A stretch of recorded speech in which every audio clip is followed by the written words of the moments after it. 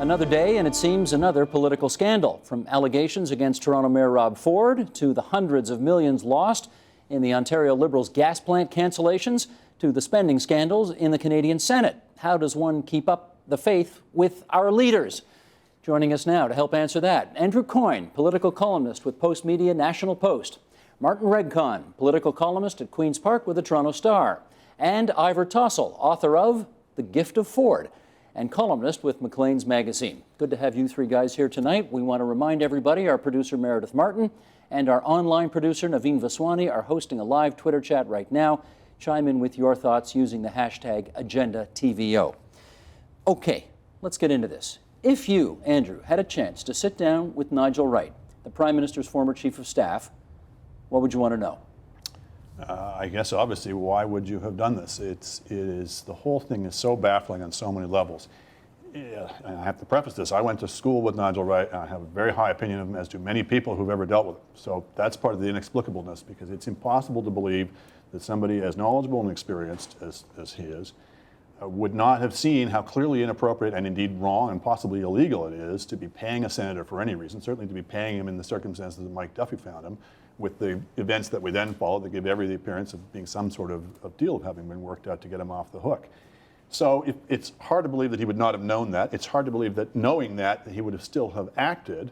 And so certainly one would want to know what were the reasons that impelled you to do this. And of course, without anybody coming out and leveling with people and telling them about this, all kinds of, your instinct is to think, well, it must be something really awful that they were doing that would cause them to do this. It's the old, you jump from a burning building because jumping from a building becomes the least bad alternative. Having said that, we think we know why he did it, right? There's a basic story sort of up here, which is Mike Duffy went to him, was complaining about the financial situation he found himself in.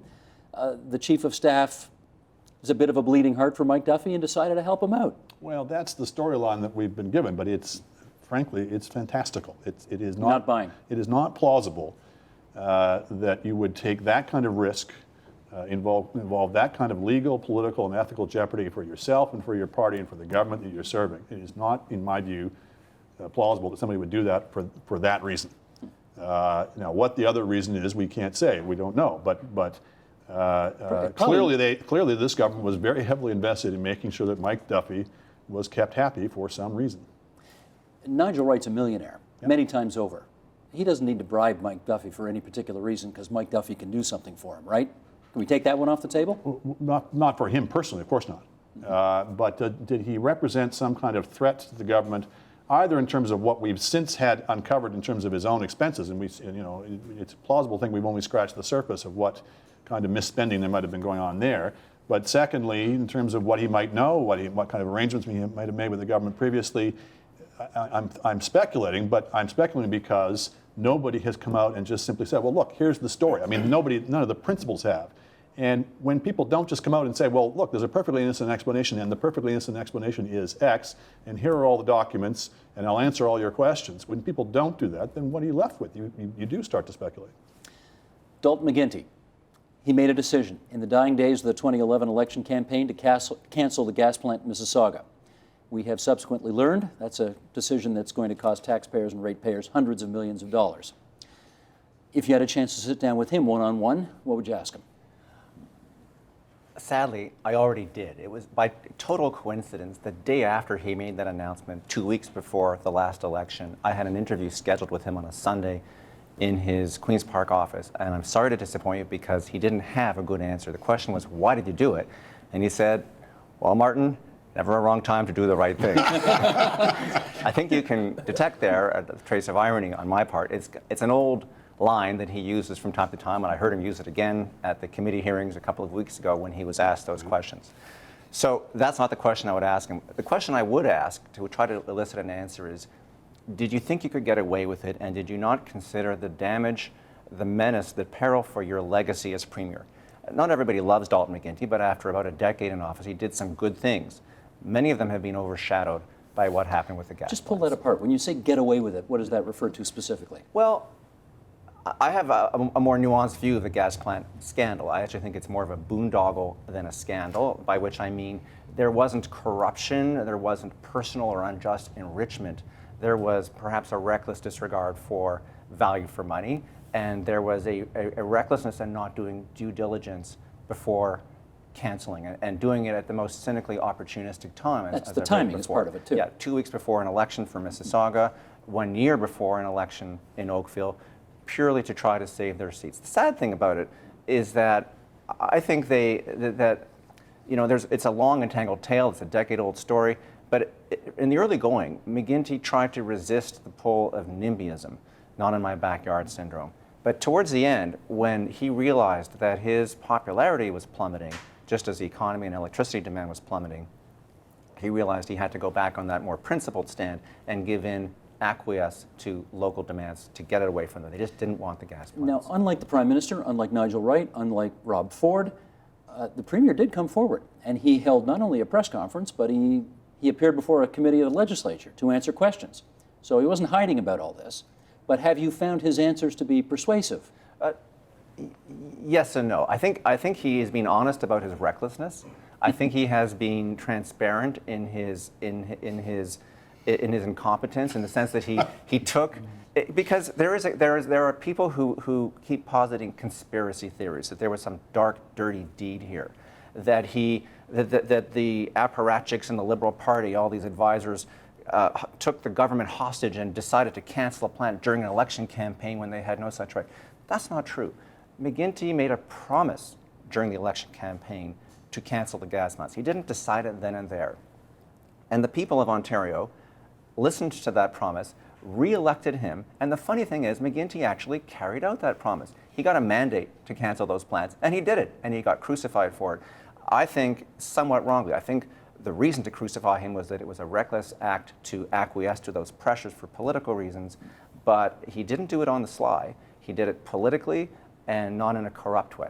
So in that respect, we can distinguish that malfeasance, you want to call it that, or mistake, call it what you want, from the other two things which we're talking about today. I do. Many people don't. The opposition often calls it corrupt. They call it the worst scandal that Ontario has ever had. The order of magnitude is very high. We're talking about $90,000 for Mike Duffy. We're talking about hundreds of millions of dollars for the gas plants. But that didn't go into Dalton McGinty's pocket. Right. Okay, Ivor, if you had a chance to sit down with Rob Ford, what would you ask him? Well, the things I would ask him are entirely distinct from the answers he would give me if there would be any any substance to them. I would ask the same things that every journalist in town is asking. With these two other questions we're talking about here today, we have the outlines of a story. We've been given some facts. There's blanks in the story, and we're trying to figure out how to fill in these blanks. The difference with Rob Ford is that it's all blank. He is denying everything flatly and without any elaboration whatsoever. So we don't have even the basics of an agreed set of facts to go on here. So the basic questions in this case are, is any of this true? Does this video exist? Are you doing the things that they're saying you're doing in this video? Do you face addiction issues, which he has denied in the past? Did you say the things that are attributed to you, in this video? So those are the basics that need to be established. I think the bigger questions here is, what I would like to know from his perspective is, at what point is it incumbent upon a mayor to take responsibility and step back from his post to deal with issues like this? Well, we're a week later, so apparently, in his view, not yet. Yeah, and the answer could well be never. And it's worth noting that there is no impeachment mechanism for a mayor. Well, we have one. It's called the next election. Yes. So that's what we wait for. And that could be a long time for the city. Doug Ford, his brother, who's also on city council, had what I think has widely been regarded as the worst damage control press conference ever done in the history of the country yesterday. And in the midst of... Unless it was the Prime Minister's speech to caucus the other day. But we can quibble. This may have been worse, Doug Ford's, in which he said, Rob Ford, my brother the mayor, has been the most targeted politician in the history of the country. People show up at his house, people show up in his backyard, media target him when he goes to Tim Hortons, his family has been targeted. Is that a fair comment? No, it's and this is a point of some contention, I could say, in the media. Nobody ever showed up in his backyard, for one thing. This is one of these canards they keep trotting out time and time again. You know, the Toronto Star, they were going to make this about the Toronto Star as soon as it happened. The Toronto Star has made itself into a useful foil for the Fords by being very clear in its editorial direction, but their reporting has been pretty unimpeachable, you know, on this front. It was kind of classic Ford damage control. It played the victim card. It went full on the offensive and did not give any concessions towards what people might call observable reality. It did, you know, he made statements to the effect of, well, my brother has answered all the questions. He spoke in front of the media 3 times, when in fact, I believe the full extent of Rob Ford's first comment on it was, this is ridiculous, end of interview. Yeah. And so it was as if you could feel the fabric of time and space warping around Doug Ford as he said these things, which just did not mesh with what the media in the room had experienced and seen. You're a very prescient fellow, you know that, right? I tell you why. I tell you why. Travel with me, if you will. Last September, you were in this studio with Toronto City Councillor Karen Stintz, who's also the head of the TTC, and you talked about dysfunction at City Hall. This is last September. Roll tape. So City Hall is a very noisy place, and it is, and I think what we will see happen over time is if this noise continues, people will just tune it out, and they won't care. And the mayor will continue to break the rules. He'll continue to get away with it. He'll continue to have the piling on. It will continue to be noisy. Nobody will know what is going on. Everybody thinks City Hall is dysfunctional anyway. So that'll just be that. And the next election will come, and who knows what the ballot question will be. There's been such a psychodrama around the Fords, and especially the fact that they are a brother act. It kind of makes it all the more dramatic in a way. And that's led to a surge of interest in City Hall over the last couple of years, but I think you raise a really good point, which is that it could peak and just go right downhill, and we could be worse off than we started. Where do you think it's at now?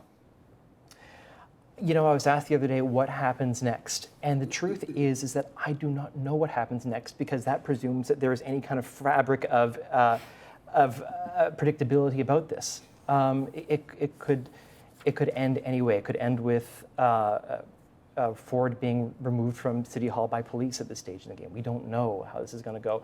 All it seems is that he does not seem to acknowledge the pressure that he's putting upon his office and upon the city. And there does not seem to be a realization of the gravity of the situation. We should point out a couple of things. Number one, his chief of staff was frog-marched out of Toronto City Hall today by security, having been fired by the mayor. And as far as I know, the only way to get a politician out of office, we don't have impeachment or recall here in Canada, but if he's found guilty of a crime, and he has to serve, I think if the sentence is longer than 3 months, yes, then he's out. If you miss a certain number of meetings, I believe. Yeah. On account of being in jail. On account of being in jail. It has restrictions. Okay, we are going to broaden the discussion now, and to do that, we welcome Richard Wynne, author of Nation Maker, Sir John A. Macdonald, His Life, Our Times. Alison Lote, executive director with Samara, a nonpartisan foundation aimed at improving political participation in Canada, and Jordan Peterson, professor of psychology at the University of Toronto, and we welcome you three to our discussion as well. And I want to start with the guy who wrote a book back in 1965 called The Shape of Scandal, a study of a government in crisis. So you've seen your fair share of these shenanigans over the years. This is nothing new. Of these 3 things, which is the most egregious offense in your view? Oh, if it is correct, if it is true, of course, the mayor's behavior. That is absolutely appalling. And he would have to be removed from office if necessary. But we don't know, it's not proven. But there's no question that's the most serious. The one that's causing the biggest noise is probably the least of them. You know, I mean, some 4 senators fiddling their expense accounts. Shock, horror, you know, I'm going to resign from being a Canadian. It's not nice, and it's unseemly, and anybody who is determined to be acted improperly should resign out of common decency. But it's not a serious, to me, it's not a serious major. And the Nigel Wright thing is quite baffling, although it may have been an emotional tie that this man, you know, Duffy regarded himself as bankrupt. I don't know if that's true or not, and wept in front of him. I don't know, I have no idea whether that's true or not. But I do think it was important that you two discuss both possibilities. In much of the media, the first one is dismissed, and it is all some conspiratorial grand way, and that is unfair. There is another story which may be right or may be wrong. How much, Richard, of the Senate expenditure malfeasance story is the delicious irony that there are two ex-journalists who would have loved this story themselves had they still been journalists rather than at the eye of the hurricane. Well, they would have acted as journalists too tend to do in such circumstances, to be a little bit sanctimonious. We've become the sort of moral voice of the nation, and the nation is actually capable of making up its own decisions on many of these matters. I think we do, it's inevitable, it is human nature for us, journalists. We do tend to hype scandals. They are easy to write because they're dramatic, and provided you don't commit libel, you can get away with saying a lot. And second, the public wants to read about them. And in particular, the guessing by the public on the Senate one is huge. I mean, people are fascinated and have come up with all kinds of I've heard them, theories as to why Nigel Wright gave Duffy 90,000 and what he was going to get, or the government was going to get, or Harper was going to get in return. So we like them. They're a lot better than dealing with bankers going bankrupt and that kind of stuff. It's tough. That is hard work. These are much easier. That's why it was my first book. Right. Go on. Jordan, I want to bring a psychologist's knowledge in at this point in the discussion, which is presumably there is some level of trust between the governed and those who govern. And that trust has been broken in a few pretty high-profile occasions right now. From a psychological point of view, how does one go about repairing that trust if it in fact has been utterly devastated? Well, the first thing you need is a clear account of the behavior. You need to know why it happened, and that has to be, hopefully it would be the truth, but it should also be believable. That would be good. And then the person has to take responsibility for their actions, which Nigel Wright may have already done. And then third, what you have to see is that there are policies put in place to help ensure that this sort of thing won't happen again.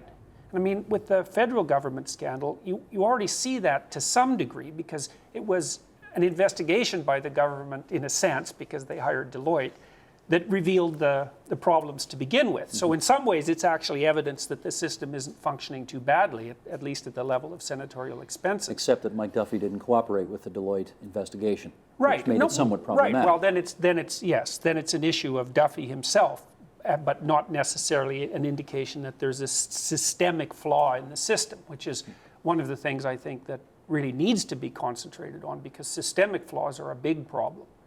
So anyways, clear accounting, responsibility, and some indication that that sort of thing is less likely to happen in the future. And that's, I think, about the best that you can expect in a functioning, complex system. Okay, we saved the best for last. Allison, you ready to Pressure. go? Now, I appreciate the fact that you represent a nonpartisan organization and you don't want to get too deep in the weeds on this thing, but having heard what the steps are to kind of repairing trust between those who govern and those who are governed, who's doing the best job of the three scandals we're looking at right now in terms of making that happen? Well, if we want to say to build on what Jordan said, if we want to say explain, describe, apologize, and try to correct, I suppose it would probably be our provincial government. But it's still early days for the other two comparably. So I think it's hard to say. I think there's an opportunity. I mean, this is yet another, I would say, nail in a coffin of of a growing cynicism between Canadians and their politics. And politics sort of breaks your heart every day when you watch it too closely. And so I always try to think positively and hope that at least at the other two levels of government, there's an opportunity to be upfront and honest and transparent about what happened, and see if we can at least begin to stitch things back together a little bit. It can break your heart if you're a true believer. But after the kind of last couple of weeks that we've had around here, how many true believers can there possibly be left in this country? Well, not many. Sadly, some of the research we have done at Samara shows that Canadian satisfaction with democracy is at the lowest it's ever been since that question's been asked. So 54% of Canadians are currently report being satisfied with democracy. And 54% are satisfied? Report being satisfied. So I wonder what that's down from. Well, it's a 10% drop in the last, 20% drop in the last 10 years. So it's a very significant drop. So why that is there's a bunch of questions. But one of the biggest reasons is that Canadians actually are very democratic people. They report a lot of pride in being in a democracy, but the way they feel in their politics every day and the way they experience that democracy and see it practiced is much different than what their expectations. So that gap is sizable and growing, at least if you believe public opinion research on the subject. I just want to pick up on something Alison said. I mean, she's pointed out, of course, which we all know about, but she's given it substance, the decline of belief in the system, in effect, political system, and the rise of cynicism, which is very, very marked in this country, and you can just measure it by the drop in the votes, by the fact that the parties scarcely exist as organizations, they're so small. Yet, and there's a discontinuity here, to me, yet Canada is probably, by any objective analysis, the most successful nation state in the world, or very close to it. Very close to it. I mean, we worry about having more than 7% unemployment. There's hardly a president or a prime minister in the world who wouldn't gladly, exchange that. Our financial system has worked beautifully, and that is the economic issue. On one of the key issues of today, what you could call multiculturalism and immigration, we are a role model for the rest of the world. There's nobody close to as successful in integrating newcomers from all over the world. No offense, but none of that is going to make the papers over the last couple of weeks. No, of course not. Well, given what's been going on. You are absolutely right. We've lost the art of praising ourselves, and we're taking pleasure in lacerating ourselves, because if you look at Canada objectively, you'd say there is a very successful country. No question about it. So why are we all so cynical? Why are we all giving up on democracy? Our system works in the ways that matter most. What's going on? Martin. I agree. A couple of thoughts. First of all, you were right to raise the fact that two of the people under fire in Ottawa today are journalists. I just want to clarify they're former television journalists, and not print journalists or columnists. Number one. Number two, I think Richard reminds us of an important point. I spent about 11 years abroad for the Star, and I went from one corrupt country to another. When I came back to Canada in the midst of the Gomery inquiry, I didn't know what all the fuss was about. It was just a few $1 million here or there. So I may have a higher tolerance for scandal than most. But I have this theory, which I cannot completely prove, but I have a little bit of evidence, that Canadians sort of discount for scandal in the same way that people in the financial markets discount for low profit reports and profit warnings and so on. I think it takes a fair bit to truly shock Canadians, and more particularly to change their voting intentions. At a certain point, you reach a tipping point and people want to throw the bums out. That didn't happen, for example, in British Columbia most recently, where there was a fair bit of accumulated scandal about this, that, and the other thing, and they won re-election. Or for McGinty in 2011. McGinty had the e-health scandal on the books then. We've had the Orange scandal, which I think is a real scandal of personal enrichment by Chris Mazza. And yet that even doesn't have a tremendous amount of traction as a vote-determining issue in this province. One last thing, my little bit of evidence that I'm going to put forward, if anyone still believes polls. Forum had a poll in our paper a few weeks ago which showed that I think 61% of voters believed that the McGinty government had misled them on the numbers, on the costs of cancelling those gas plants. In other words, they had lowballed the province. But a strong majority of Ontarians wanted the NDP to continue to prop up the government and pass the budget. A strong majority did not want the NDP to call an election. And if there were an election, a majority of Ontarians would vote for a Liberal government to be re-elected. So that's the discontinuity that you're talking about in terms of cynicism and public awareness. Jordan. Well, we should also try to separate political cynicism from cynicism about other institutions. My suspicions are that if you polled Canadians about their belief in the integrity of any number of other institutions, they would show the same decline. I don't think people trust physicians as much as they used to. I don't think they trust university professors or journalists. And that's partly because at least Canadians are more educated and they're more aware. And only judges seem to be regarded with the same awe and reverence as they would have been 50 years ago. Right. That's a story in itself. So are people unrealistic? Are they too cynical? I think part of what you're seeing, part of the reason we're a successful society is that there's an ethic, there's a culture in this country that is, relative to other countries, not terribly tolerant of wrongdoing in high places. We don't just roll our eyes and say, well, that's that. We may not make every scandal the decisive issue in an election. That's probably wise as well. We have a sense of proportion, but we're probably a little bit more puritanical than other societies, and that's probably part of our success. 100 years ago, correct me if I'm wrong, Richard, 100 years ago, the ethic was more tolerant of, say, bribing judges. It would everything. It would be It was a unheard different of. world. It would be unheard of today, which shows you that ethical standards can change for the better. We don't have to just tolerate things. We can upgrade our standards. And part of what may be going on is that, and I think certainly people in public life, some of them would say, is stuff that was allowed, that was okay, that was nodded at 40, 50 years ago, is no longer nodded at or winked at. And frankly, I think that's a good thing. When you look at damage control, though, Prime Minister Harper did have that open caucus meeting, which was pretty rare, where he invites the cameras and all the journalists to come in, and I'm going to give a big speech to caucus and show how angry I am about the whole thing. And the initial reviews on this, Ivor, were terrible. The initial reviews came in saying he didn't mention Nigel Wright, he didn't mention Mike Duffy, he didn't talk about $90,000. So a few days later, when he was down in Peru, was it Peru where he did it, the press conference? He actually said the words, "I'm sorry," and "I'm angry." Does he get credit for recognizing that the first time out the gate didn't work, and so that he needed to take a second shot at it, and that worked better? I think it worked better. I'm not sure if credit is the word I'd use to describe my reaction to it. I think it worked better because he got knocked off his message track, or at least he seemed to get knocked off his message track. And I think if we're talking about cynicism in this country, the adherence to staying on message and the belief that as long as you stay on message and you just repeat the same thing over and over again, you can't go wrong. I think that's something that people are getting sick of. And the one parallel that I noticed between, you mentioned that the Doug Ford damage control speech and the Stephen Harper caucus speech, was that both of them, Doug Ford addressed the allegations very, very briefly, and then went into about an 8-minute long talk about how great his administration, or his brother's administration, was. And Harper did the same thing at the end of his speech. He kind of abandoned the issue at hand. It went back to the need for Canadians to be protected by a government in uncertain times, et cetera, et cetera. And I think that's the point at which a lot of people just go, I mean, the question you have to ask yourself in all these situations is this how a person who was personally and collegially blameless, is this how they would respond? If you had not smoked crack ever, then your first thing out of your mouth would be, "I don't smoke crack. I've never smoked crack. That's not me in the video." That would you'd come out the first out of the gate.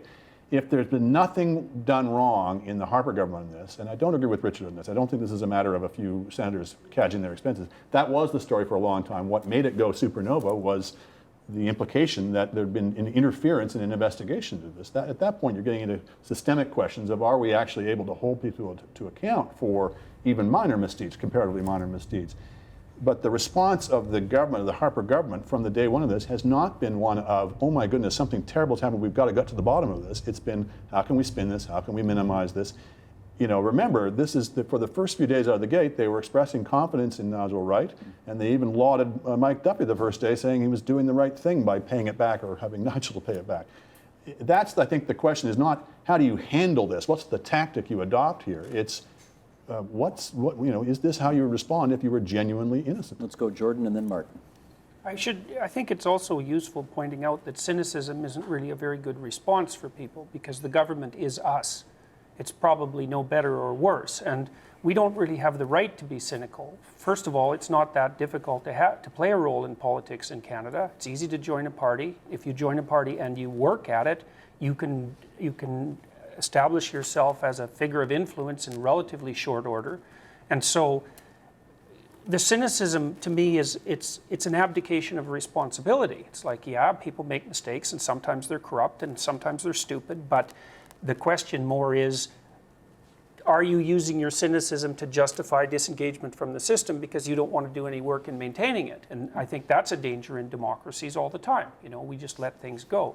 So cynicism is a bad response. Just before I get to you, Martin, I wanted you to follow up on that notion that it's actually easy to get involved in politics in Canada and you can move up the food chain pretty quickly and have an influence.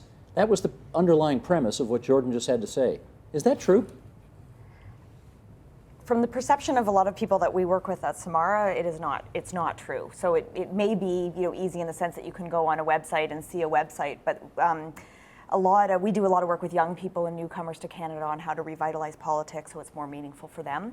And one of the most common things that they say is that they've had some attempt to try to interact with the system, either joining parties in some very small cases, or even just getting redress or answer to a very simple question, and they can't. And so that is actually their own experience with the system that causes them to disengage. It's not it's not a sense of a lack of responsibility, it's an unwillingness of at least their Well, feeling. I'm somewhat But- doubtful about that because political parties are understaffed and undermanned, and the parties are desperate for people. And I can imagine that people bounce off them hard, but I don't think that means that it's actually difficult to start to establish yourself inside a party. Well, and here's where you get to, perception reality.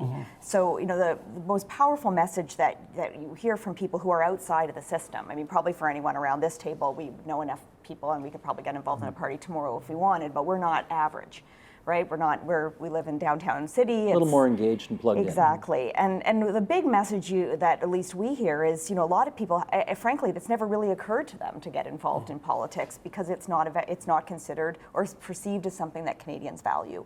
So in the same way, you would know this, if people who are fit, their friends tend to be fit. People who smoke, their friends tend to smoke. People who are involved in politics, their friends tend to be involved in politics. So there is a real social, or a lack of a sort of social sense that democratic participation is something that's important in people's lives, and that drives this. Can I jump on that? Because I feel like everyone's Yeah, I know. I want to jump on it. Martin and Richard. Let me say diplomatically, I love that you're doing the research because someone has to, but I don't buy the excuses.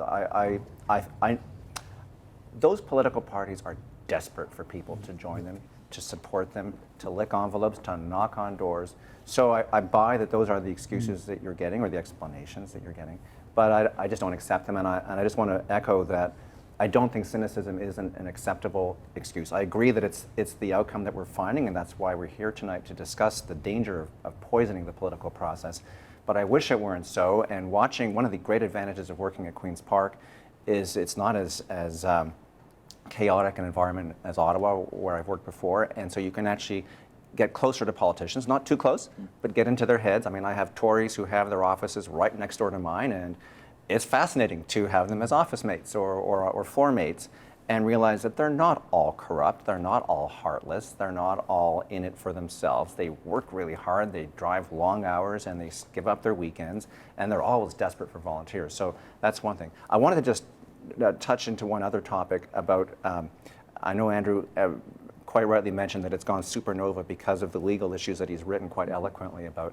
But I do, if I can just be a little less high level, I think one of the reasons for the Mike Duffy scandal and the Pam Wallen scandal being so resonant in this country is because they're celebrities. And the order of magnitude, as my colleague Tim Harper has written in a column, is something that's understandable. It's $90,000. It's not $500 million as for the gas plant scandals, which is an abstract number, or CFA teams in the billions of dollars. That took it to a certain level. To say the story was bubbling for certain reasons, and I agree with you. Probably part of that was, well, it was senators, and we all know what we think about senators. It was celebrities. It went to a whole other level. Agreed. And people who were in politics, their jaw dropped when the story broke. I mean, everybody was utterly dumbfounded at this development. I agree, and I think you've connected a lot of those dots in some of your columns, Andrew. One other thing, though, is I think Stephen Harper is the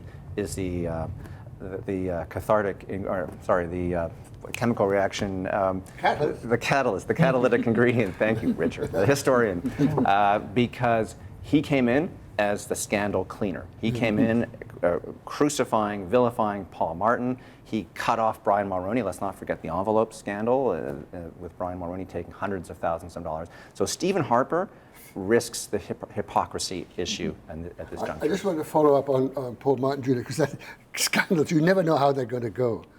I mean, the scandal happens and Jean Chrétien is Prime Minister. This is happens in his watch. sponsorship you're talking. Sponsorship scandal, yeah. And he sets up an inquiry, and after that says, I cannot speak on it because you'd be totally wrong. It's wonderful. Out. Paul Martin makes the fatal mistake of announcing, once he's Prime Minister, that he is going to solve the sponsorship scandal.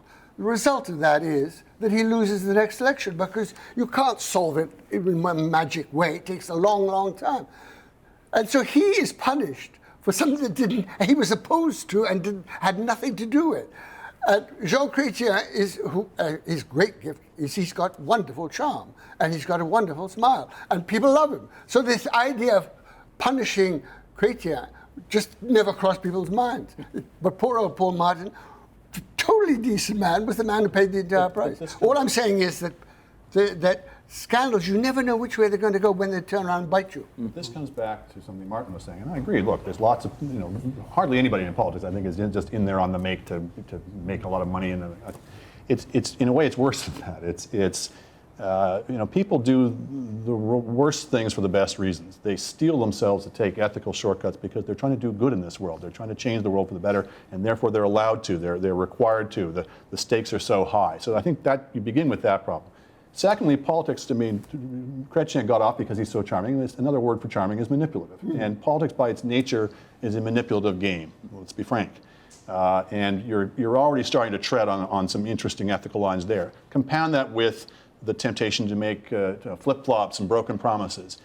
The constant pressure for expediency, the constant pressure to compromise, starting with compromising your policies, then compromising your principles.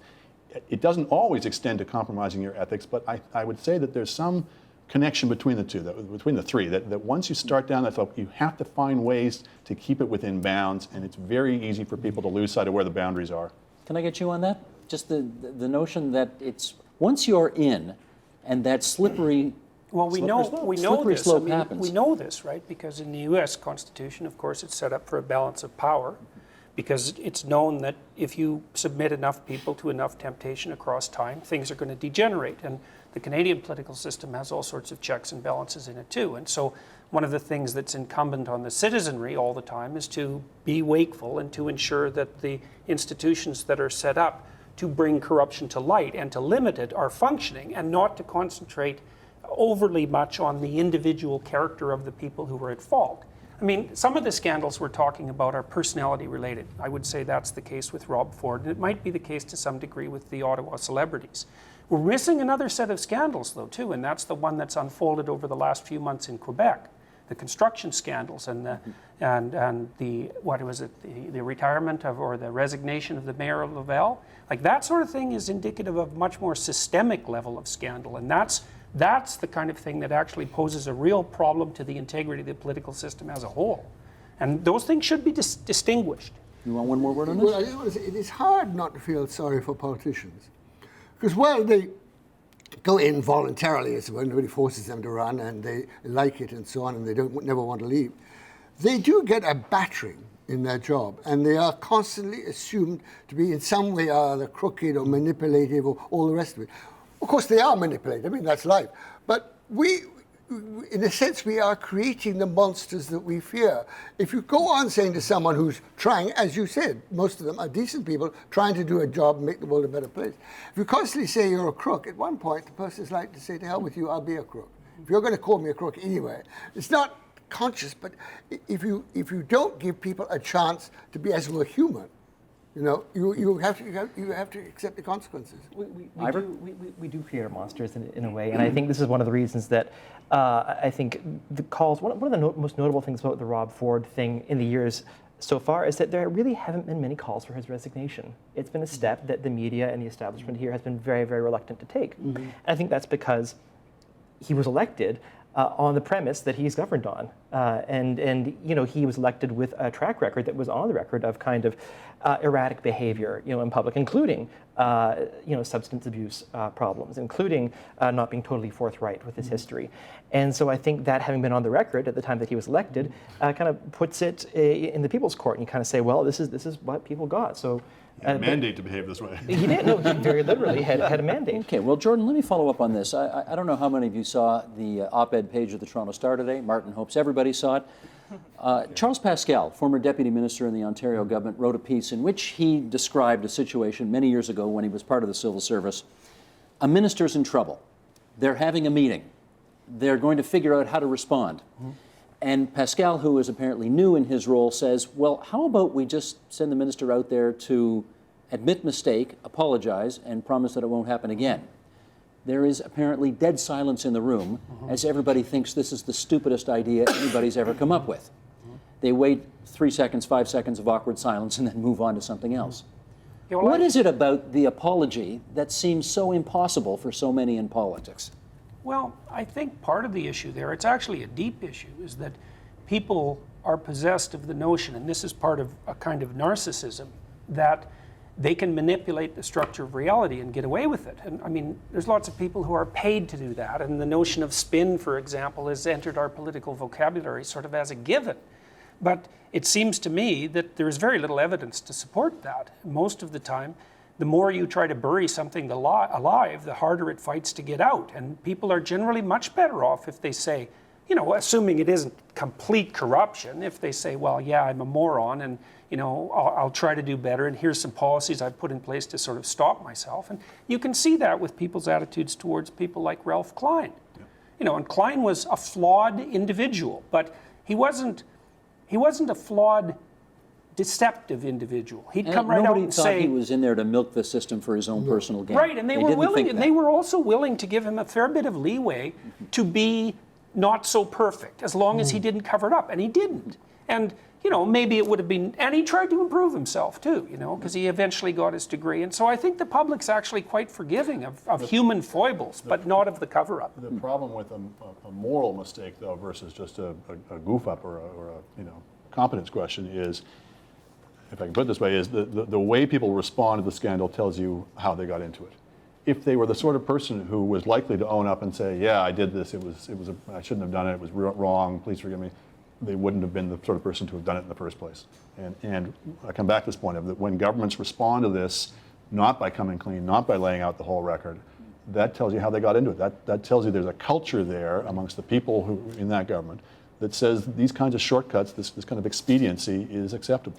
We've got about 10 minutes to go here, and I want to put the issue of cynicism back on the table here, because you folks would be well entitled to feel much more cynical about public life given how much exposure you have to all of the things that we're talking about tonight. And I want to know whether you are. Richard, you covered your first scandal almost 50 years ago. I think one advantage we have is we know politicians. I mean, know a number of them personally. And they aren't monsters. They have flaws, you know, they're not perfect, blah, blah, blah. So that we are less judgmental than people who are at a distance and who feel isolated and not taken seriously. And Nobody would believe that. People believe that people get into journalism in order to pass judgment and excoriate these that folks. is part of it. We do like moralizing. We're good at sanctimony. But leaving that part aside, less pleasant, attractive side of us, I think this group is less cynical about politics because we have a better sense that the people on the other side are human beings. And most of them are stumbling away, and going back to what Andrew was saying, you know, they're basically people who are trying to make the world a better place. Sometimes, of course, they get carried away and convinced only they can do it, and all the kinds of that. But they are human beings. And they have been treated as kind of like objects. We've got, it seems to me, much of the commentary. I mean, a lot of the stuff that gets written about politics, I'm talking about letters and Twitter and all the rest of it, is pretty shattering.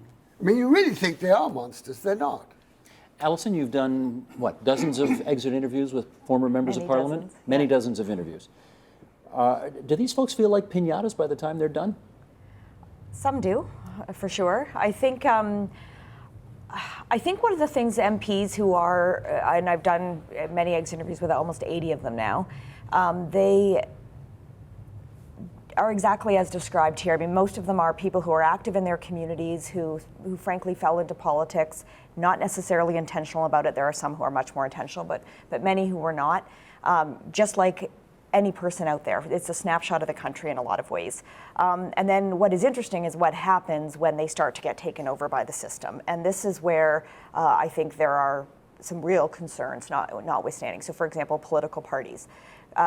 No bigger critic of political parties than the MPs about their very own party. And they get more cynical about politics because of what they see? And they do, and I think they do. And one of the interesting things to me is if you as an MP who is a very stalwart of a political party feel such frustration, is it any surprise that less than 1% of Canadians are members? So as easy as it may be to get involved in a political party, why would you?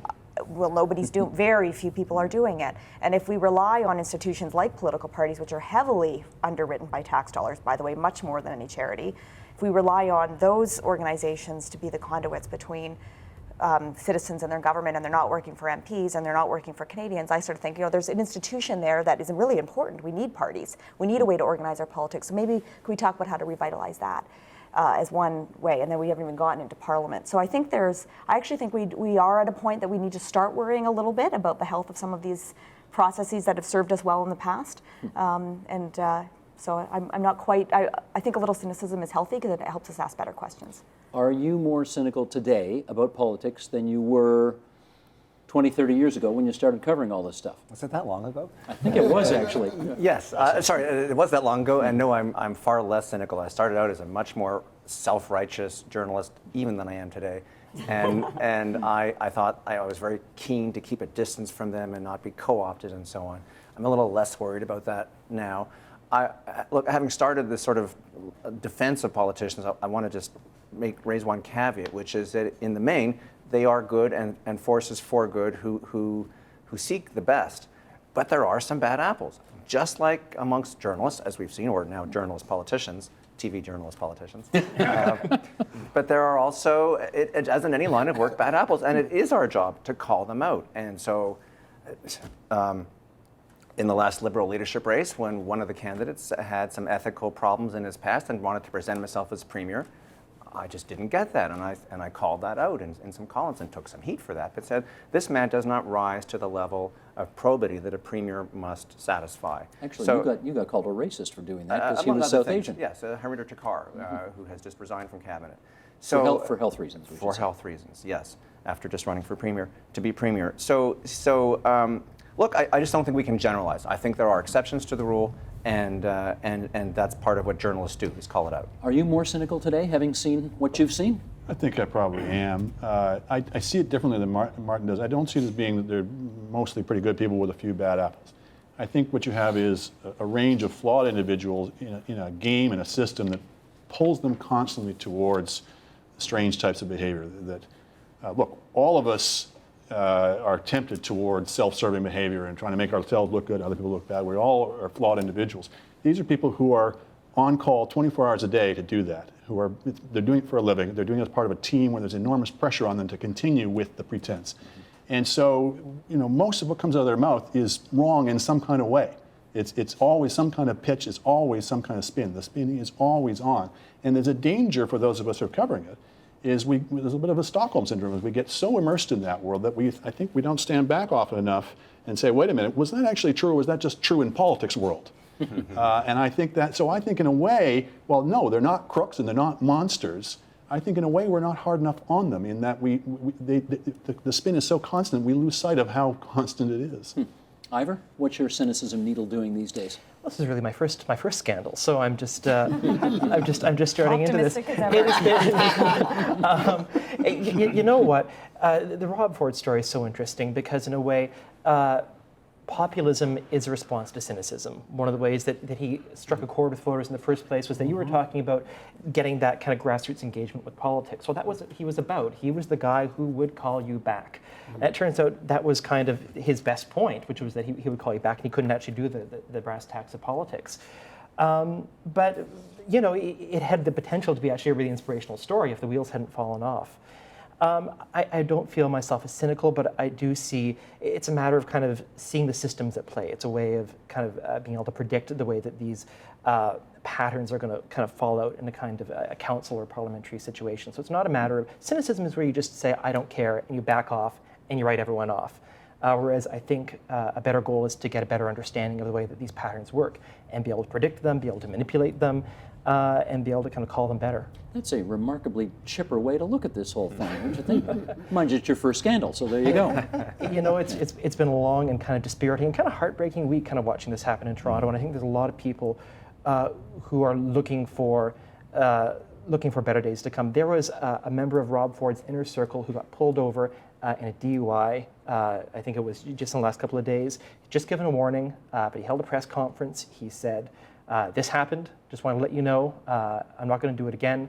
I've learned my lesson, and that was that. So, it can happen that way too. Got about a minute and change to go here, Jordan, and I wonder if you would tell us what's the best way to inoculate ourselves against too much cynicism, given all of the events of the past few weeks. Well, first, we shouldn't compare what we have to some hypothetical utopia. People do that. It's a cognitive error. What we should do is compare what we have to what the rest of the world is like. And the default political system is so corrupt and horrible that it's almost unimaginable. In fact, for Canadians, it is unimaginable.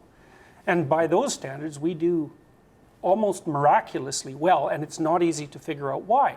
We don't even though when we're cynical, we say, well, it's corrupt, we really don't expect corruption. When something comes along that's scandalous, we're sort of scandalized by it. And that's an indication to me that the political system is functioning well. And with regards to politicians, it's by no means clear that they're worse than other people in positions of authority. I mean, I don't think that the politicians in Canada have disported themselves or comported themselves any worse than the capitalists who led the US and crashed the whole world's economy in 2008. And so, plus Canadians have to take responsibility for their own political system. And I don't really think we do that. We use cynicism as a means of escaping our responsibility. And speaking of responsibility, mine is to close this discussion and thank you all for coming. Richard Gwynn, author of Nation Maker, Sir Johnny MacDonald, His Life, Our Times, Jordan Peterson, the clinical psychologist and prof of psychology at U of T, Alison Lote from Samara, working hard to prevent cynicism in politics across the country.